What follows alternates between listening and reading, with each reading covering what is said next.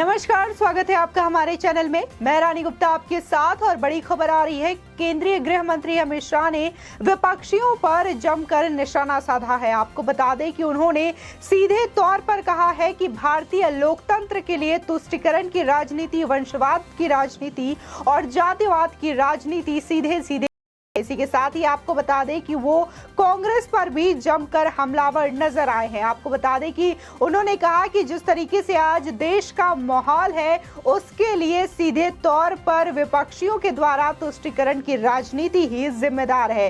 इसी के साथ ही गृह मंत्री अमित शाह ने कहा कि बढ़ती हुई कट्टरता और सांप्रदायिकता की वजह से ही आज इस देश का ये हाल है, जो कि सीधे सीधे विपक्षियों की तुष्टीकरण की राजनीति की वजह से हो रहा है। आपको बता दें कि आज अगर देश की स्थिति देखी जाए तो वहां पर सीधे तौर पर कुछ नेता जो है वो तुष्टीकरण की राजनीति अपनाते हुए दिखाई देते हैं, पक्षपात की राजनीति करते हुए दिखाई देते हैं, जिसकी वजह से आज देश की जो स्थिति है वो लगातार खराब होती जा रही है। आपको बता दें, केंद्रीय गृह मंत्री अमित शाह ने हैदराबाद में राष्ट्रीय कार्यकारिणी की बैठक में उन्होंने देश में बढ़ रही कट्टरता और सांप्रदायिकता के लिए विपक्ष को सीधे तौर पर जिम्मेदार ठहराया है।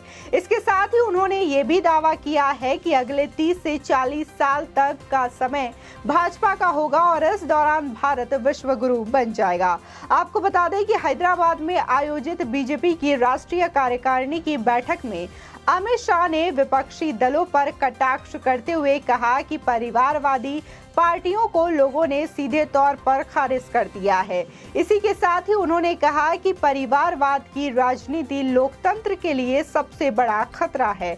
वहीं गृह मंत्री ने देश की मौजूदा हालात के विषय पर भी कहा कि सांप्रदायिकता और कट्टरता बढ़ाने के लिए विपक्ष का तुष्टीकरण ही जिम्मेदार है। इसी के साथ ही तुष्टीकरण के हट जाने से कट्टरता अपने आप खत्म हो जाएगी, ऐसा गृह मंत्री का कहना। इसी के साथ ही उन्होंने कहा, भारतीय लोकतंत्र में जातिवाद, वंशवाद और तुष्टीकरण सबसे बड़ा पाप है। भाजपा की राष्ट्रीय कार्यकारिणी में राजनीतिक प्रस्ताव पेश करते हुए केंद्रीय गृह मंत्री अमित शाह ने देश के समक्ष मौजूदा समस्याओं के लिए इन्हीं तीनों चीजों को जिम्मेदार ठहराया है।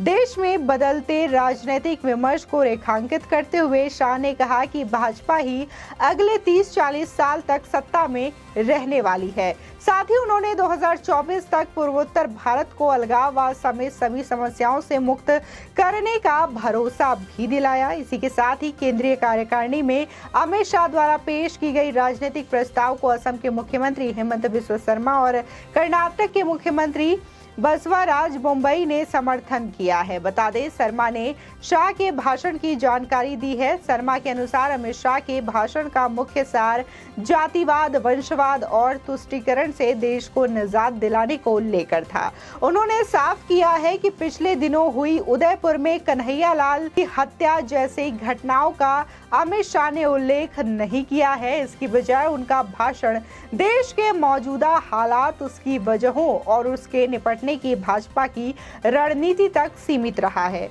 अमित शाह ने सीधे साफ किया है कि देश की मूल समस्या जातिवाद, वंशवाद और तुष्टीकरण है।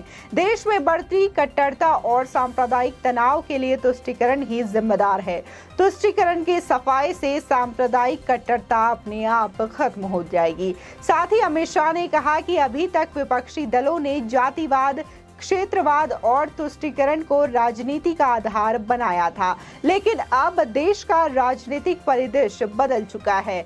भाजपा विकास को राजनीति के केंद्र में लाने में सफल रही है और जनता का विकास व सरकारों के प्रदर्शन के आधार पर भाजपा को समर्थन भी दे रही है।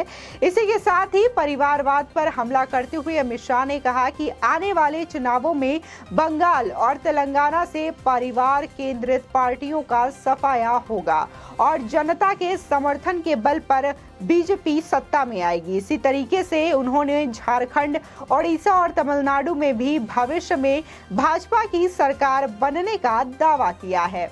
आपको बता दें, राजनीतिक प्रस्ताव का समर्थन करते हुए मुंबई ने बताया कि कांग्रेस कर्नाटका में लोगों को जातियों में बांटने का काम करती रही है, लेकिन अब वो एक कदम आगे बढ़कर जातियों को उपजातियों में विभाजित करने का प्रयास कर रही है। मुंबई ने दक्षिण भारत के राज्यों के राजनीतिक परिदृश्य और उनमें भाजपा की संभावनाओं पर विस्तार से बोला है। बता दें, क्षेत्रीय दलों में परिवारवाद के साथ ही अमित शाह ने प्रमुख विपक्षी दल कांग्रेस पर भी एक परिवार पर केंद्रित होने को लेकर हमला किया है।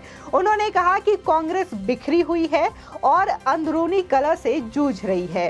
कांग्रेस के ही कुछ नेता पार्टी में अंदरूनी लोकतंत्र बहाल करने की मांग कर रहे हैं, लेकिन कांग्रेस पिछले कई साल से कार्यकारी अध्यक्ष के सहारे चल रही है। कांग्रेस में एक ही परिवार का प्रभुत्व खत्म होने के डर से अध्यक्ष का चुनाव लगातार टाला जा रहा है। शाह ने राजनीतिक प्रस्ताव पेश करते हुए देश की आंतरिक सुरक्षा के समक्ष मौजूदा चुनौतियों और उनसे निपटने के लिए उठाए जा रहे कदमों के बारे में भी बताया। आपको बता दें, इसके साथ ही अमित शाह ने बताया कि नक्सल प्रभावित इलाकों जम्मू कश्मीर और पूर्वोत्तर भारत में हिंसा में रिकॉर्ड गिरावट दर्ज की जा रही है। साथ ही उन्होंने भरोसा दिया कि पूर्वोत्तर भारत 2024 तक आंतरिक सुरक्षा से जुड़ी सभी समस्याओं से मुक्त हो जाएगा। आपको बता दें कि बंगाल और केरल में भाजपा कार्यकर्ताओं पर हो रहे जानलेवा हमलों की ओर ध्यान आकर्षित करते हुए केंद्रीय मंत्री अमित शाह ने राजनीतिक हिंसा को तत्काल रोकने की जरूरत बताई है। अमित शाह ने गुजरात दंगों के आरोपों से प्रधानमंत्री मोदी के सुप्रीम कोर्ट से बेदाग निकलने की भी सराहना की है। साथ ही उन्होंने बताया कि किस तरीके से 19 साल से मोदी चुपचाप विषपान कर रहे हैं। उन्होंने कहा कि संवैधानिक संस्थाओं के प्रति प्रधानमंत्री मोदी के सम्मान को इस बात से समझा जा सकता है कि उन्होंने एसआईटी की पूछताछ का भी सामना किया और इसे राजनीतिक रंग देने की कोशिश नहीं की।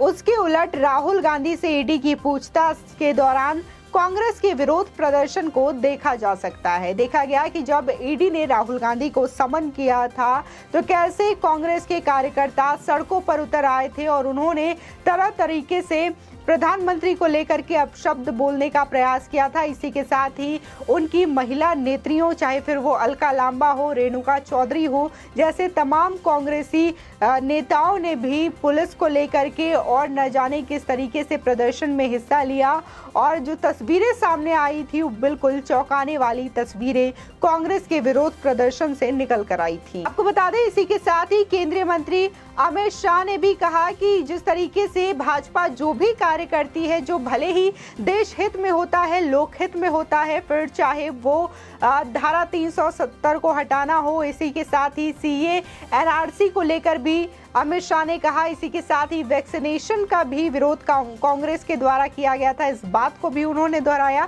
इसी के साथ ही उन्होंने कहा कि जीएसटी, नोटबंदी समेत सर्जिकल स्ट्राइक, एयर स्ट्राइक जैसे तमाम फैसले जो कि बीजेपी के द्वारा लिए गए थे देश हित को ध्यान में रखते हुए, लेकिन कांग्रेस ने हर कदम पर इन सभी फैसलों का विरोध किया था। तस्वीरें सामने आई, चाहे फिर हम कोरोना काल की देखें या फिर जिस तरीके से जीएसटी लागू की गई या फिर नोटबंदी की गई और यहाँ तक कि सर्जिकल स्ट्राइक, एयर स्ट्राइक हुए थे, तब भी तमाम जो विपक्षी थे वो सबूत दिखाने की मांग कर रहे थे और यहाँ तक कि वो पाकिस्तान के साथ खड़े होते हुए नजर आ रहे थे और ये बताने की कोशिश कर रहे थे और कहीं ना कहीं भारतीय सेना पर भी वो सवाल उठाते हुए दिखाई दे रहे थे कि एयर स्ट्राइक और सर्जिकल स्ट्राइक जैसी कोई भी चीज बीजेपी ने नहीं की है और ना ही भारतीय सेना ने की है। तो ये सीधे सीधे सेना का अपमान करने वाली बात थी। लेकिन जब ये चीजें क्लियर हुई तो इसके बाद विपक्षियों का भी मुंह बंद हो गया। इसी के साथ ही जहां देश के लोगों ने इस बात की सराहना की, तमाम नागरिकों ने इसकी सराहना की, तो आने वाले इलेक्शन में भी साफ देखने को मिला और बीजेपी की जीत भी हुई। अगर हम उत्तर प्रदेश की बात करें तो वहां पर भी बीजेपी ने जीत हासिल की। इसी के साथ ही 4 राज्यों में बीजेपी ने जीत हासिल की और इसी के साथ ही केंद्र में भी एक बार फिर से प्रधानमंत्री मोदी वापस आए थे। इसी के साथ ही जहां कार्यकारिणी बैठक में अमित शाह के द्वारा कहा गया कि कांग्रेस जो है हर बात में विरोध करती हुई दिखाई देती है, कभी ये पक्ष में रहते हुए नहीं दिखाई देती है और हमेशा से ही विरोध करती हुई हर फैसलों का नजर आती है। इसी के साथ ही अमित शाह ने कहा कि जिस तरीके से आज देश के हालात हैं उसके लिए विपक्ष की तुष्टीकरण की राजनीति ही जिम्मेदार है, क्योंकि वो वंशवाद, पक्षवाद और इसी के साथ ही जातिवाद की राजनीति करते हैं, जो कि लोकतंत्र के लिए पाप है। आपकी इस खबर पर क्या राय है हमारे कमेंट सेक्शन में जरूर बताएं। आगे की और भी अपडेट के लिए चैनल को सब्सक्राइब करना ना भूलें।